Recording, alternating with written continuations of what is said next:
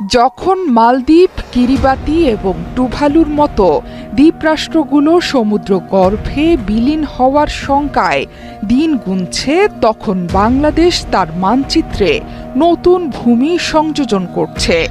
জলবায়ু পরিবর্তনের ধাক্কা যেখানে অনেক দেশের অস্তিত্ব সংকটে ফেলেছে, সেখানে বাংলাদেশ বিস্ময়করভাবে কিভাবে ধাপে ধাপে নিজেদের ভূখণ্ড বাড়িয়ে নিচ্ছে। এটি কি প্রকৃতির দান নাকি মানুষের নিরলস প্রচেষ্টার ফসল?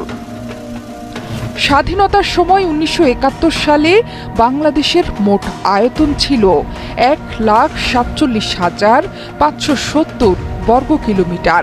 তবে ভূমি পুনরুদ্ধার ও সমুদ্র সীমার সম্প্রসারণের কারণে বর্তমানে এটি বেড়ে ১,৪৮,৪৬০ বর্গ কিলোমিটার হয়েছে। অর্থাৎ গত কয়েক দশকে প্রায় ৮৯০ বর্গ কিলোমিটার নতুন ভূমি যুক্ত হয়েছে, যা অনেক দেশের ছোট শহরের চেয়েও বড়। বাংলাদেশ রাষ্ট্রের জন্ম রাজনৈতিকভাবে ১৯৭১ সাল হলেও লাখ লাখ বছর ধরে ভূতাত্ত্বিকভাবে এই অঞ্চল তৈরি হয়েছে। এই ভূখণ্ড মূলত গঙ্গা, ব্রহ্মপুত্র ও মেঘনা নদীর পলিমাটির দ্বারা গঠিত। শতাব্দীর পর শতাব্দী ধরে হিমালয় পর্বতের বরফ গলে এবং ভারী বর্ষণে বিপুল পরিমাণ পলি বহন করে এই নদীগুলো বঙ্গোপসাগরে প্রবাহিত হয়েছে। ফলে ধীরে ধীরে এই পলিগুলো জমে এক বিস্তীর্ণ বদ্বীপের সৃষ্টি করেছে, যা আজকের বাংলাদেশ।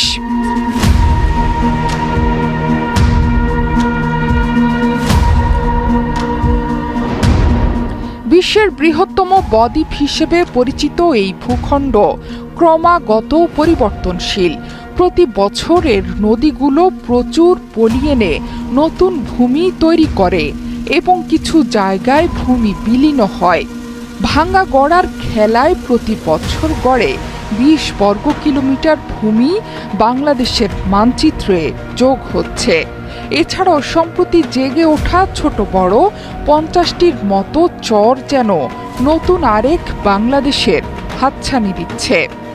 যেখানে মালদ্বীপ ২০৫০ সালের মধ্যে এর ৮০% ভূমি ডুবে যাওয়ার আশঙ্কা করছে, সেখানে বাংলাদেশ প্রতি বছর গড়ে ১০ থেকে ২০ বর্গ কিলোমিটার নতুন ভূমি সৃষ্টি হচ্ছে। এই প্রবণতা অব্যাহত থাকলে আগামী ৫০ বছরে বাংলাদেশের আয়তন ১,৫০,০০০ বর্গ কিলোমিটার ছাড়িয়ে যেতে পারে। অর্থাৎ ৫০ বছরে বাংলাদেশের মানচিত্রে যোগ হতে পারে ১,০০০ থেকে ১৫০০ বর্গ কিলোমিটার, যা প্রায় ঢাকা জেলার সমান। বাংলাদেশের আয়তন বৃদ্ধি নিঃসন্দেহে এক বিস্ময়কর ঘটনা, তবে এটি জলবায়ু পরিবর্তনের সমাধান নয়। মালদ্বীপ ও টুভালুর মতো দেশগুলো যখন অস্তিত্ব সংকটে, তখন বাংলাদেশ ভূমি অর্জন করছে, যা এক বিরল বৈপরীত্য। কিন্তু শুধুমাত্র